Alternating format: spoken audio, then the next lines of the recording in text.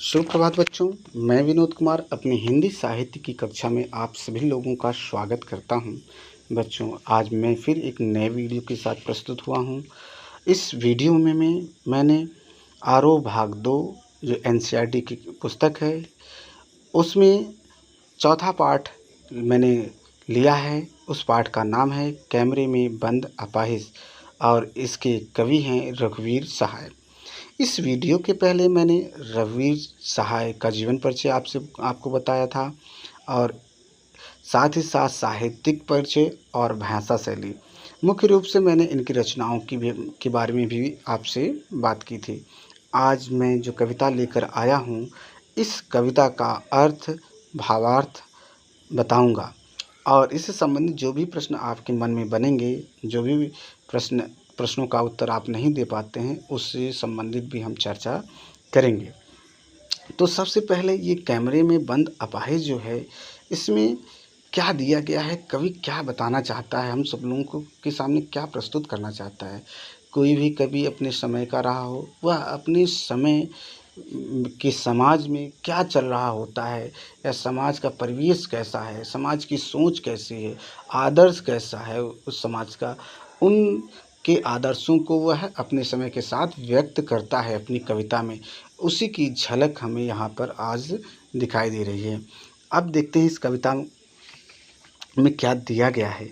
कैमरे में बंद अपाहिज कविता में दूरदर्शन कर्मियों की संवेदनहीनता और क्रूरता पर प्रकाश डाला गया है।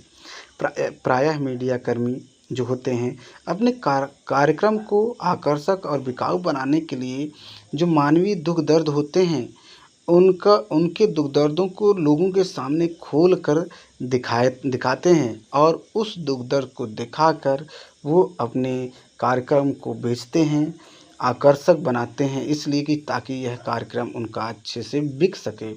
लेकिन एक बात भूल जाते हैं, वह मानवीय दुख दर्द को कम नहीं करते, बल्कि उनके दुख दर्द को और भी अधिक बढ़ाते हैं।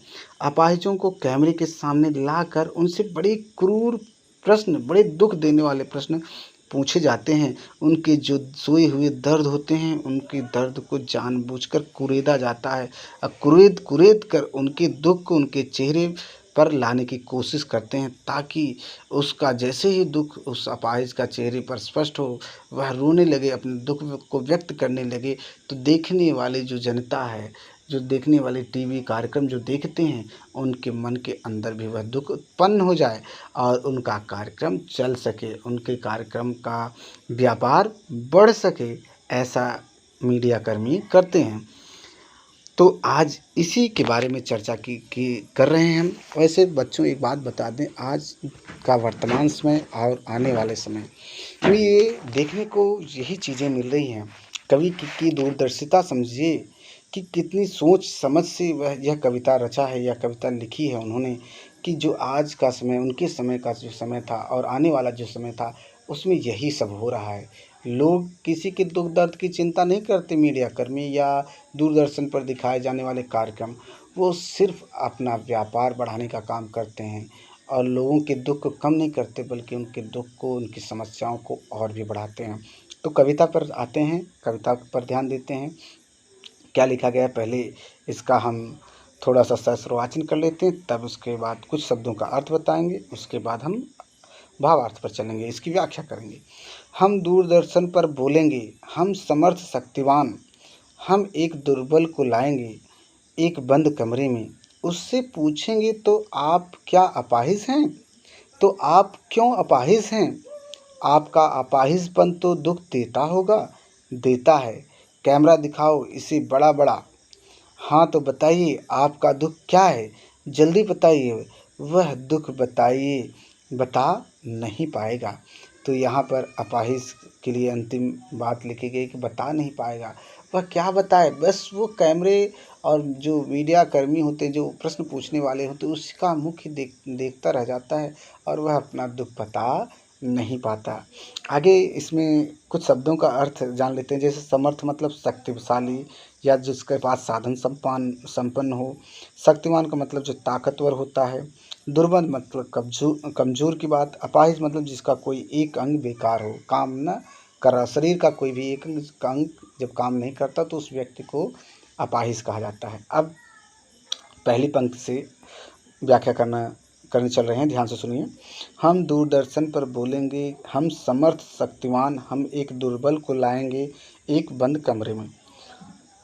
कवि रघुवीर सहाय कहते हैं कि दूरदर्शन का जो संचालक होता है स्वयं को समर्थ और शक्तिवान मानता है, मतलब साधन संपन्न मानता है, अपने आप को ताकतवर मानता है। वह अपनी बात को सुदूर भेजने में समर्थ है और सुदूर भेजने में समर्थ है। और कहता क्या है, संचालक कहता है, दूरदर्शन का जो संचालक होता है कहता है, हम स्टूडियो के बंद कमरे में क्या कहते हैं, हम समर्थ शक्तिमान, हम एक दुर्बल को लाएंगे एक बंद कमरे में। उसी का अर्थ देखिए, भाव व्याख्या। हम स्टूडियो के बंद कमरे में एक कमज़ोर और निरीह दुर्बल प्राणी को बुलाएंगे। वह एक लूला, लंगड़ा या अपाहिज व्यक्ति होगा। उस अपाहिज को कैमरे के सामने लाकर उससे पूछेंगे, क्या पूछेंगे? तो हाँ, बताइए कि आप अपाहिज हैं। तो हम दुर्बल को लाएंगे एक बंद कमरे में, उससे पूछेंगे तो क्या अपाहिज हैं? तो क्या पूछता है कि क्या आप अपाहिज हैं? वह इसका उत्तर दे। जैसे कि अपाहिज पहला प्रश्न पूछ ले, क्या आप अपाहिज हैं, इस उत्तर का जवाब जैसे नहीं मिलता तो दूसरा प्रश्न पूछ लेता है, आप क्यों अपाहिज हैं। इससे पहले उत्तर मिल सके पहले प्रश्न का, उससे पहले दूसरा प्रश्न दाग देता है कि आप अपाहिज क्यों हैं। यह प्रश्न बहुत बेतुका होगा। भाई, कोई अपाहिज क्यों होता है, इस प्रश्न का उत्तर दे सकता है?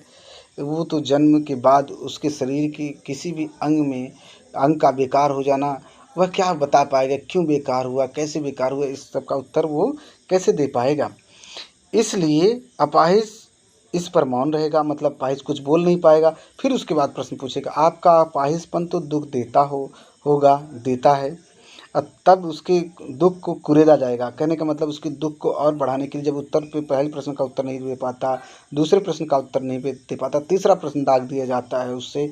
और इसलिए दागा जाता है ताकि उसका जो मन के अंदर दुख छुपा हुआ है उसको कुरेद कर निचोड़ा जाए और उस कुरेदने से वह दुखी हो जाए।